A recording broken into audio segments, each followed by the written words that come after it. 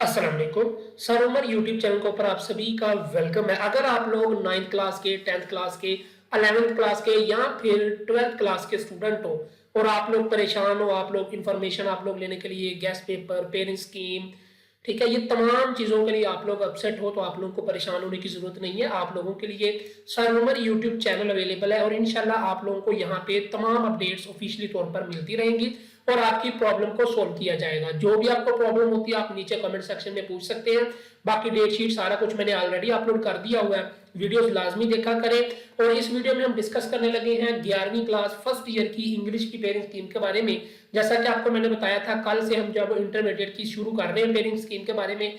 कल जब आप लोगों के लिए 12वीं क्लास की मुतालिया पाकिस्तान की शेयर की थी, तो इस वीडियो में आज हम शेयर करने लगे हैं फर्स्ट ईयर यानी कि 11वीं क्लास की इंग्लिश की पेरेंट स्कीम। ठीक है, इसके बाद अगली वीडियोस में इंशाल्लाह बाकी सब्जेक्ट्स की भी शेयर की जाएगी, फर्स्ट ईयर की भी और सेकंड ईयर की भी। तो चलें जी वीडियो शुरू करते हैं। ये जो पेरेंट स्कीम है ये बेसिकली आपके जितने भी पंजाब के बोर्ड है ना, Lahore, Rawalpindi, Faisalabad board, Sargodha board, Gujranwala board, Sahiwal board, Multan board, Bahawalpur board, Dera Ghazi Khan board, Azad Kashmir board, इन सब में आप लोग ये पेरेंट स्कीम यूज करोगे और ये 2024 के लिए है। ठीक है, तमाम बोर्ड्स की। तो इसमें बेसिकली आपका जो पहला पार्ट होता है वो होता है एमसीक्यूज का। इसमें आपको जो क्वेश्चन नंबर 1 पूछा जाता है वो एमसीक्यूज होते हैं। 20 मार्क्स के आपको एमसीक्यूज आते हैं। ठीक है, ये कहाँ कहाँ से आती है, इनकी डिवीजन क्या है वो मैं आप लोगों को बता देता हूँ। आपकी जो बुक 1 है ना, उसमें से आपको 8 एमसीक्यूज आएंगे, 8 नंबर के। इसमें 5 आपको सिनोनिम्स आएंगे और 3 एमसीक्यूज आपके शॉर्ट स्टोरी से आएंगे। उसके बाद जो आपकी बुक 3 है ना, प्लेस वाली, उसमें से 5 एमसीक्यूज पूछे जाएंगे, 3 सिनोनिम्स के होंगे और 2 एमसीक्यूज आपके शॉर्ट स्टोरीज के होंगे। उसके बाद जो बुक 3 है ना, पोएम्स वाली, उसमें से आपको 2 एमसीक्यूज आने हैं और वो 2 एमसीक्यूज सिनोनिम से बनेंगे। ठीक है, उसके बाद जो आपके 5 नंबर के आने हैं वो वर्ब करेक्शन के बारे में आने हैं।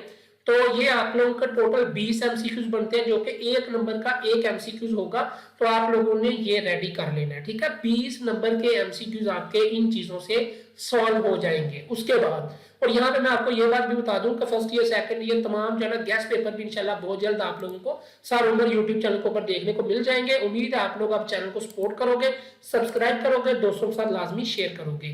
तो अब आप लोगों के साथ मैं सब्जेक्टिव पार्ट के बारे में बता देता हूँ। कुछ 20 नंबर के एमसीक्यूज हो गए और जो आपका सब्जेक्टिव पार्ट होता है ना, ऊपर वाला ऑब्जेक्टिव पार्ट था जिसमें आपको एमसीक्यूज आते हैं। बाकी जो सब्जेक्टिव पार्ट है ना, ये 80 नंबर का आपका होता है। इस तरह टोटल आपका पेपर जो है वो 100 नंबर का होता है। अब जो 80 नंबर का सब्जेक्टिव पार्ट है ना, ये कहाँ कहाँ से चीजें आनी है और इसमें कौन कौन सी चीज पूछी जानी है, ये मैं आप लोगों को बताने लगा हूँ। अब बेसिकली ये जो सब्जेक्टिव पार्ट है ये क्वेश्चन 2 से स्टार्ट होता है। क्वेश्चन 2 जो है ना वो आप लोगों का आता है शॉर्ट स्टोरी से। बुक 1 की जो शॉर्ट स्टोरीज है ना वो आपने तैयार करनी है। उसमें से आपको ना 9 शॉर्ट क्वेश्चन आएंगे और आपने 6 अटेम्प्ट करने हैं। और एक जो शॉर्ट क्वेश्चन है वो 2 नंबर का होगा, तो 6 + 2 = 12 मार्क्स, यानी कि जो आपका क्वेश्चन 2 है वो 12 नंबर का होगा। इसमें आपको शॉर्ट स्टोरी से शॉर्ट क्वेश्चन पूछे जाएंगे। उसके बाद जो क्वेश्चन 3 है वो आपका जो बुक 3 है ना, प्लेस वाली, उसमें से आपको 8 शॉर्ट क्वेश्चन पूछे जाने हैं।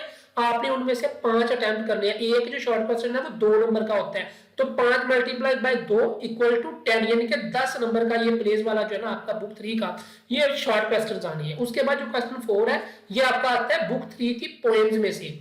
इसमें आपको 6 शॉर्ट क्वेश्चन पूछे जाने हैं, आपने 4 अटेम्प्ट करने हैं और एक जो शॉर्ट क्वेश्चन है वो 2 नंबर का होता है, तो 4 × 2 = 8, यानी कि 8 नंबर का पेपर आपको बुक 3 की पोएम्स में से शॉर्ट क्वेश्चंस के आते हैं। ठीक है, उसके बाद आपको बात करूं तो क्वेश्चन 5 जो है ना वो आता है, या तो लेटर आपने करनी है या फिर एप्लीकेशन करनी है। ठीक है, चॉइस होती है, लेटर कर लो या एप्लीकेशन कर लो।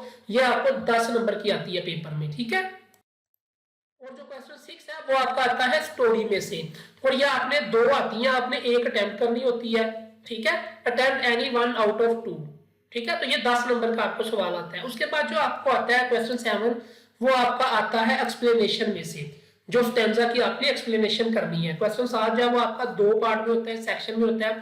ठीक है, उसका मैं आगे भी चीजें बता देता हूँ, ये आपने लिखा हुआ नजर आ रहा है क्वेश्चन 7 जो है। ठीक है, ये एक्सप्लेनेशन ऑफ स्टैंजा होती है। Explain the given lines with reference to the context poem, ये आपको 5 नंबर का आता है। और जो पंक्चुएशन है, punctuate 2 to 3 sentences lines taken from book 1, जो बुक 1 है उसमें से आपको पंक्चुएशन पूछी जाती है 2 से 3, ये 5 नंबर का आपका होता है। उसके बाद क्वेश्चन 8 होता है पेयर ऑफ वर्ड्स। इसमें आपको ना 5 जो है पेयर ऑफ वर्ड्स की जो होती है उसका आप लोगों ने सेंटेंस बनाने होती है, ये 5 नंबर का होता है। उसके बाद आखिरी क्वेश्चन होता है क्वेश्चन नंबर 9, जिसमें आपके ना ट्रांसलेट इंग्लिश पैराग्राफ जो है वो करना होता है।